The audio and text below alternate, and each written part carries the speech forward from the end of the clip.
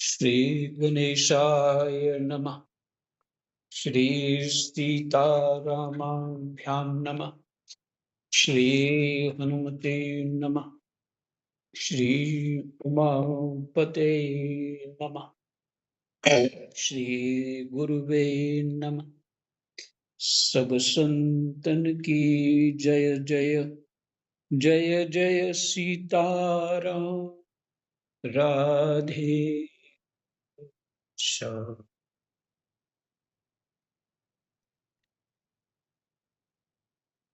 द्वादश स्कंद 11वां अध्याय श्लोक नंबर 18 से पाठ करेंगे।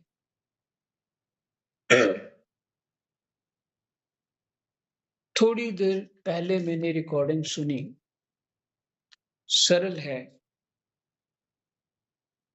इसलिए पाठ को आगे से शुरू कर रहे हैं। और जिसको कोई बात करनी वो फोन करके पूछ ले।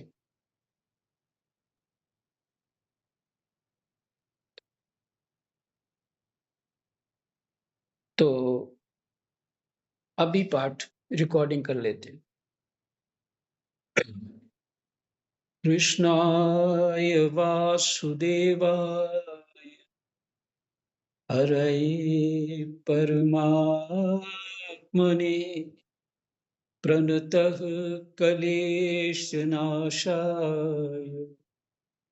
गोविन्दाय नमो नमः।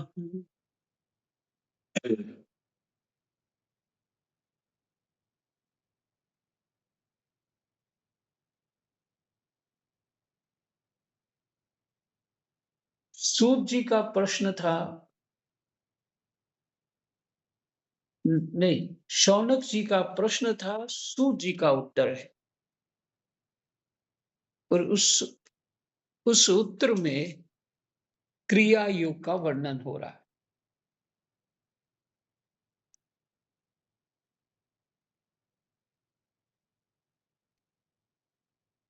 एक आपने ये भी सुना कि जो हमारे घर पर गोपाल जी हैं, ठाकुर जी हैं, वो अर्चा अवतार हैं। वो अर्चा अवतार हैं, उनको अर्चा अवतार मानते हैं। और ये सुना आपने कि भगवान का मुकुट क्या है, भगवान का धनुष बाण क्या है, तरकश क्या है, कुमुद की गदा क्या है, वनमाला क्या है, कौस्तुभ मणि क्या है, ये सबका वर्णन सुना। और अभी आगे वर्णन हो रहा है 18वें श्लोक में। ब्राह्मणों समग्र ऐश्वर्य, धर्म, यश, लक्ष्मी, ज्ञान और वैराग्य। फिर से, समग्र ऐश्वर्य, सभी प्रकार का ऐश्वर्य, धर्म, यश, लक्ष्मी, ज्ञान और वैराग्य, इन 6 पदार्थों का नाम ही लीला कमल है। लीला कमल, इन 6 पदार्थों का नाम ही लीला कमल है, जिसे भगवान अपने कर कमल में धारण करते हैं।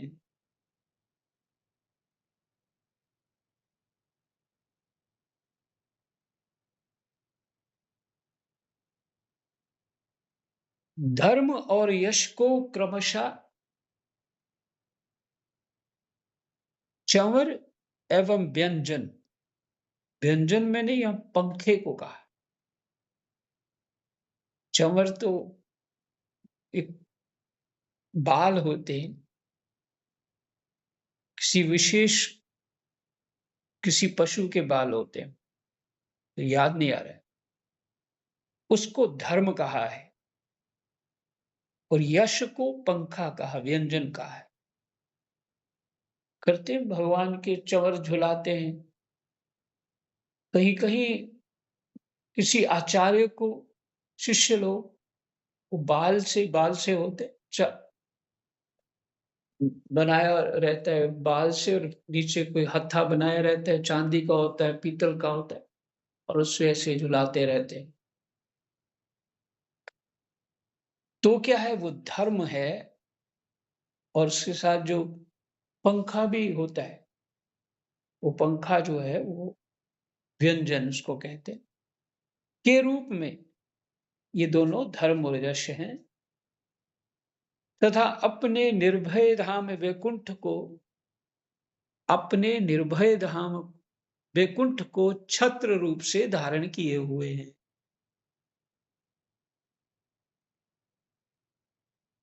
जो छत्र रहता ऊपर, मोस्टली चांदी का ही होता है, किसी के पास धन अधिक होता है, स्वर्ण का भी होता है, वो वैकुंठ धाम है।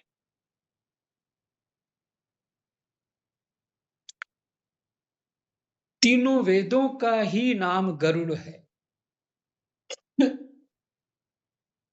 गरुड़ जो है तीन वेद हैं।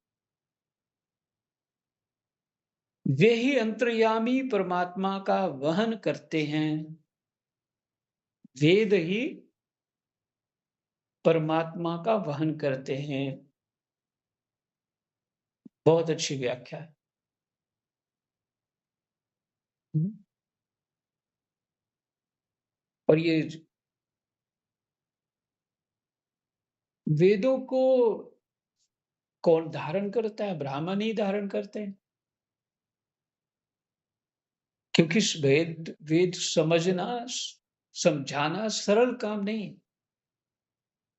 पूर्ण रूप से व्यक्ति धर्म का पालन करने वाला होना चाहिए।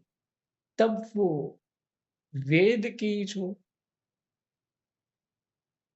मंत्र हैं वो धारण कर सकता है।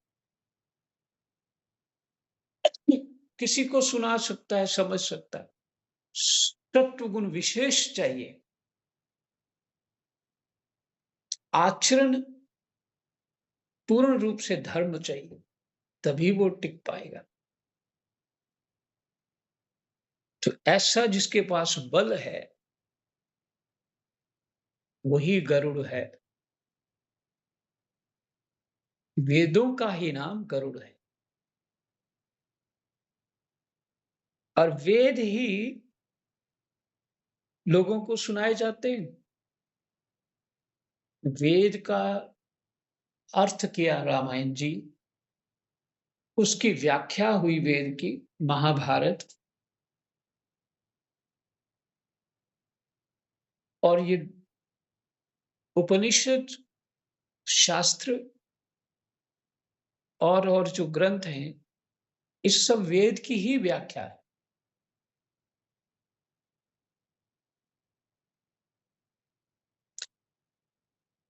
तो ये व्याख्या हो रही है, ये किस लिए हो रही है?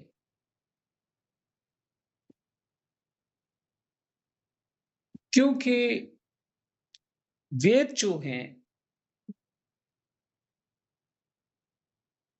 वेद को किस लिए हैं? सुनाए जाते हैं भगवान की महिमा, भगवान क्या है?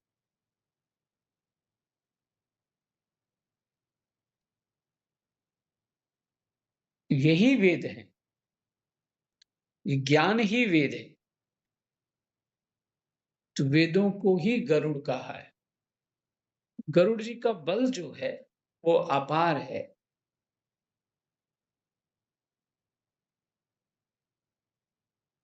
तो तीनों वेदों का ही नाम गरुड़ है। इस गरुड़ को भी धारण ब्राह्मण करते हैं।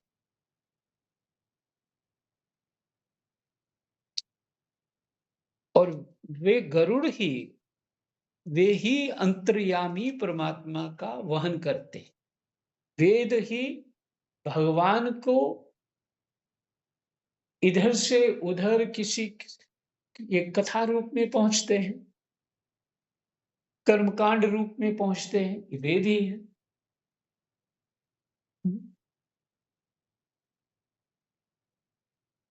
अ, आयुर्वेद के रूप में पहुँचते हैं, ज्योतिष के रूप में पहुँचते हैं और जितने भी प्रकार के विज्ञान, कर्म, कौशल, कला है, ये सब वेदों से है। ये सब वेदों से है। इनका मूल वेद ही है। तो उनको पहुँचाने वाले कौन है? इस गरुड़ को भी ले जाने वाले कौन हैं? वो हैं ब्राह्मण।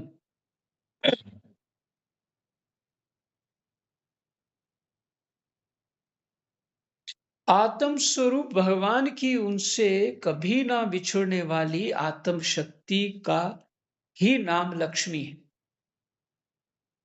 आत्म स्वरूप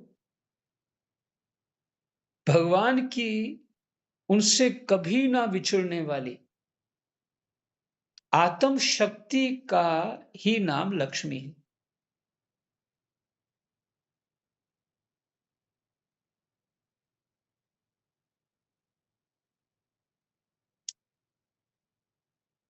आत्मा है और आत्मा की शक्ति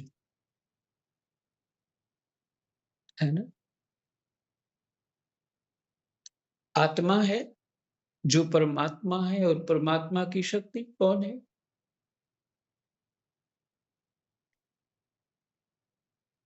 यही लक्ष्मी है, श्री है। इनके बहुत सारे नाम हैं। भगवान के पार्षदों के नायक विश्रुत विश्वक्सेन पांचरात्रादि आगम रूप आगम निगम पुराण अनेका हम्म, आगम रूप वेद रूप पांचरात्रादि ये ग्रंथ हैं। भगवान के स्वाभाविक फिर से भगवान के पार्षदों के नायक भगवान के पार्षदों के नायक विश्रुत विश्वक्सेन पांचरात्रादि आगम रूप हैं। ये ग्रंथ ही पार्षदों के नायक हैं। भगवान के स्वाभाविक गुण अनिमा महिमा आदि अष्ट सिद्धियों को ही नंद सुनंद आदि 8 द्वारपाल कहते हैं। विचित्र बात है, मैं इसको पढ़ भी चुका हूं पहले, बहुत पहले पढ़ा है और कभी इतने ध्यान से नहीं पढ़ा है। लेकिन आज ऐसे लग रहा है पहली बार पढ़ रहा हूं, मेरे कान तक पहली बार पहुंच रहा है।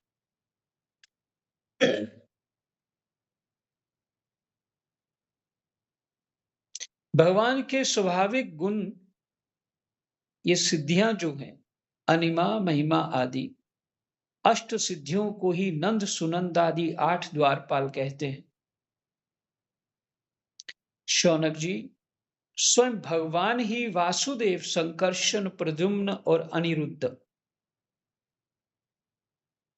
इन 4 मूर्तियों के रूप में अवस्थित हैं।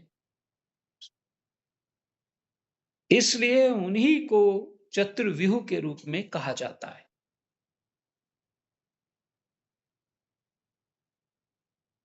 वासुदेव, संकर्षण, प्रद्युम्न और अनिरुद्ध, ये इसी कथा में आपने सुन लिया है, भागवत जी कथा में। कृष्ण भगवान है, वासुदेव, संकर्षण है जो बलराम जी, और प्रद्युम्न और अनिरुद्ध ये पुत्र हुए हैं। उनकी कथा है जो अपने एक मछली से प्रकट हुए थे। अब थोड़ा-सा विस्मृत मेरे को भी हो रहा है। इसलिए भगवान के चारों भगवान के स्वरूप हैं।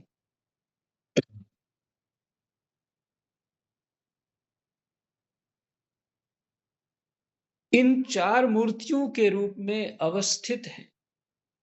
प्रकट हैं, इसलिए इन्हीं को चतुर्व्यूह के रूप में कहा जाता है।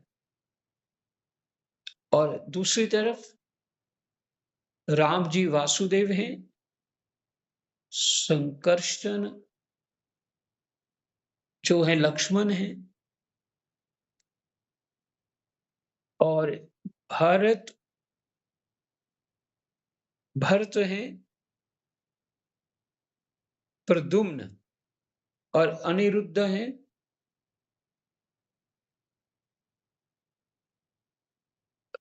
अ, शत्रुघ्न जी।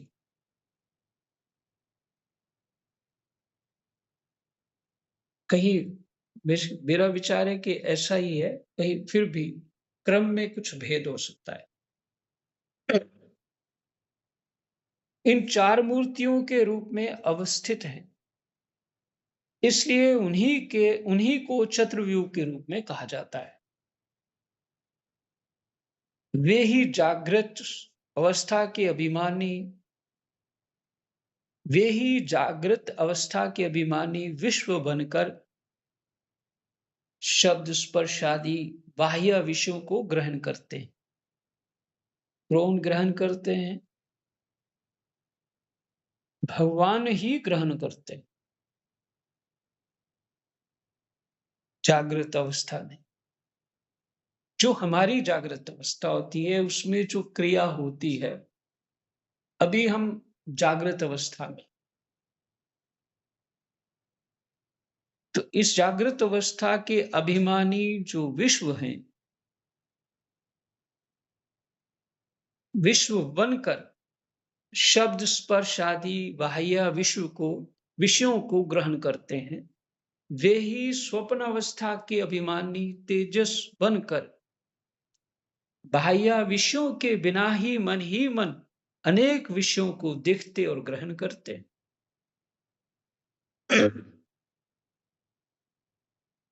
अनेक विषयों को देखते और ग्रहण करते हैं, वो तेजस अवस्था होती है। वे ही सुषुप्ति अवस्था के अभिमानी प्राज्ञ बनकर विषय और मन के संस्कारों से युक्त अज्ञान से ढक जाते हैं।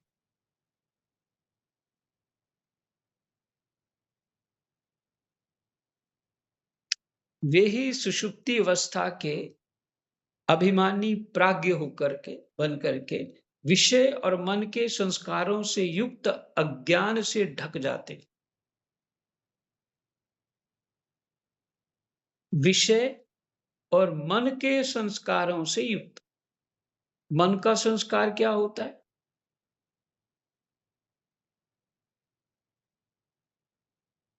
यहां से समझते हैं कि मान लो मुझे कुछ जिस तरह का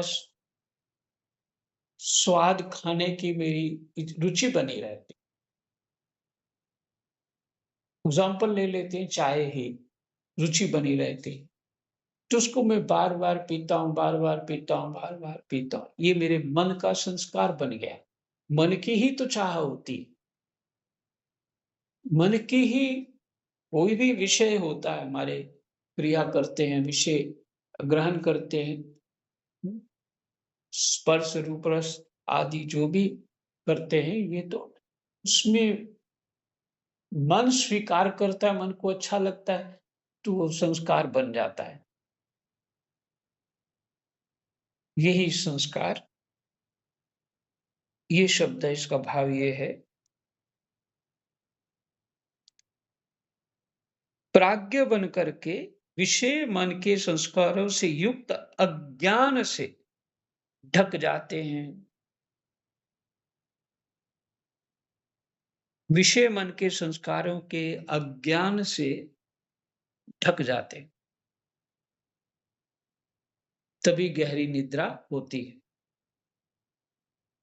और वही सबके साक्षी, वही परमात्मा सबके साक्षी तुर्य रहकर समस्त ज्ञानों के अधिष्ठान रहते हैं,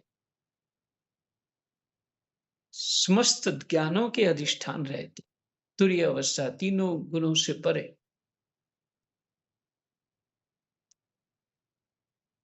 विश्व, तेजस और प्राज्ञ, इन स्थितियों से परे, तुरीय अवस्था।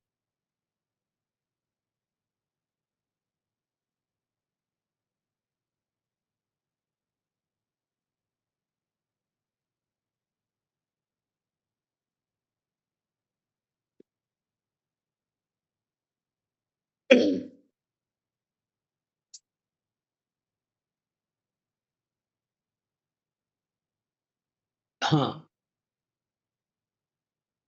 अब जब इस तरह से हमें पूर्ण रूप से समझ में आएगा ब्रह्म, जीव और माया, परमात्मा क्या है, जगत क्या है, भगवान की माया शक्ति क्या है, सब समझ लिया और फिर अनुभूत होगा। अनुभूत जब हम उसका सही-सही सुने हुए को सही-सही पालन करेंगे, वैसा मनन करेंगे, उसका आचरण करेंगे, तब होगा सिया राम मैं सब जग जानी, करूँ प्रणाम जोरी जुग पानी। तब ये दृष्टि हमारी खुल जाएगी, तब ये अनुभूति हो जाएगी।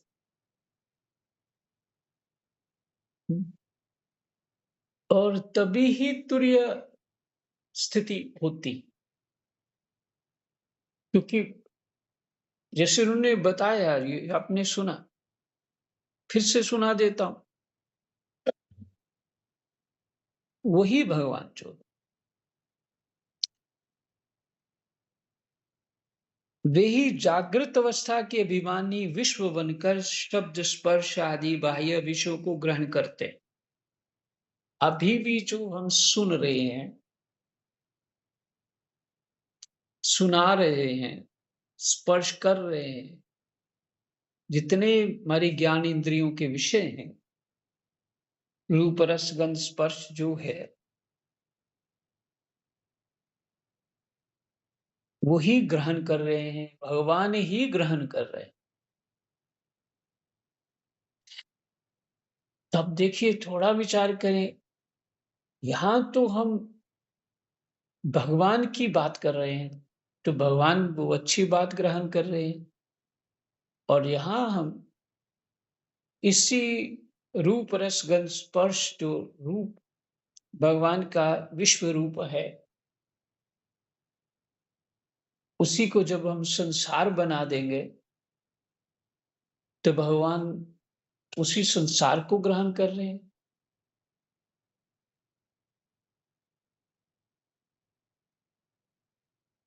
अगर इस दृष्टि से देखा जाए, हमने हवन सामग्री डाली क्या है? कूड़ा करकट डाल दिया है कि चारू आदि जो हवन सामग्री होती है, वो डाला है। तो जो डाला होगा वही पुष्ट होना है हमारा।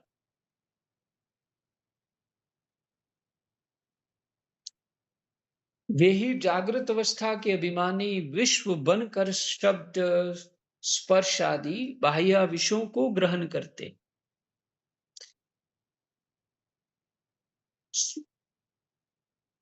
विश्व बनकर शब्द स्पर्श आदि बाह्य विषयों को ग्रहण करते।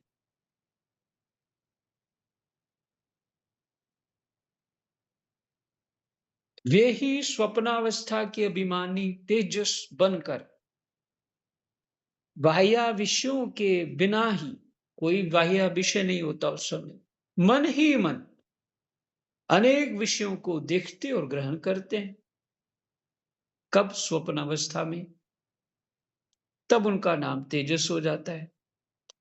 वे ही सुषुप्ति अवस्था के अभिमानी, गहरी निद्रा में जब हम होते हैं, अभिमानी प्राज्ञ बनकर विषय और मन के संस्कारों से युक्त अज्ञान से ढक जाते हैं, और वही सबके साक्षी तुरीय रहकर समस्त ज्ञानों के अधिष्ठान रहते हैं। जब तुरीय होते हैं, तो समस्त ज्ञानों के अधिष्ठान रूप हो जाते हैं। इस प्रकार अंग उपांग आयुध और आभूषणों से युक्त तथा वासुदेव संकर्षण प्रद्युम्न एवं अनिरुद्ध इन चार मूर्तियों के रूप में प्रकट सर्वशक्तिमान भगवान श्री हरि ही क्रमशः विश्व तेजस प्राज्ञ एवं तुर्य रूप से प्रकाशित होते हैं।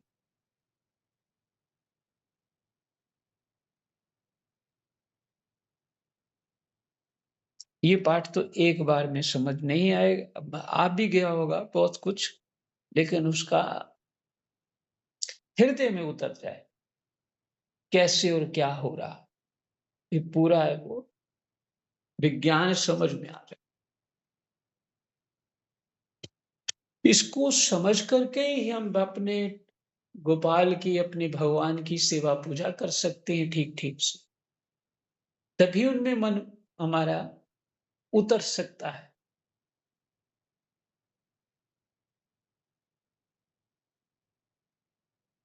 तभी उतना गहरा उतर सकता है। और अभी तो ज्ञान ना होने से हम उनको भगवान तो मानते हैं, पर ये रूटीन तो कर लेते हैं जो भी करनी होती, पर वो अभी तक हृदय में वो स्वरूप, उनकी सेवा, उनका भाव ठीक से उतरा नहीं।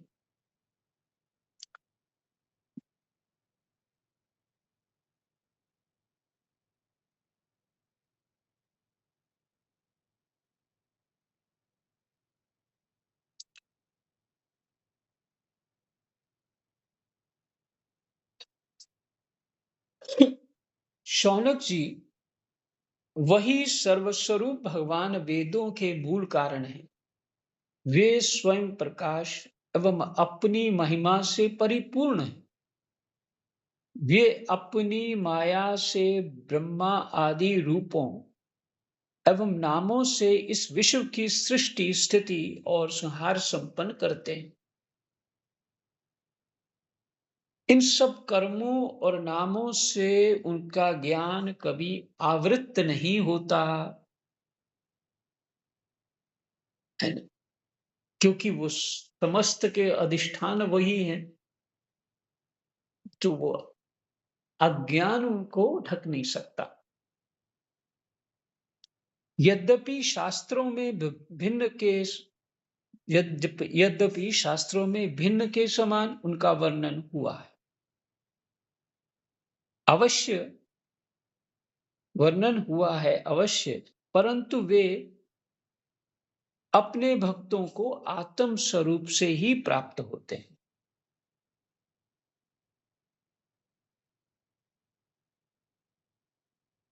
किससे?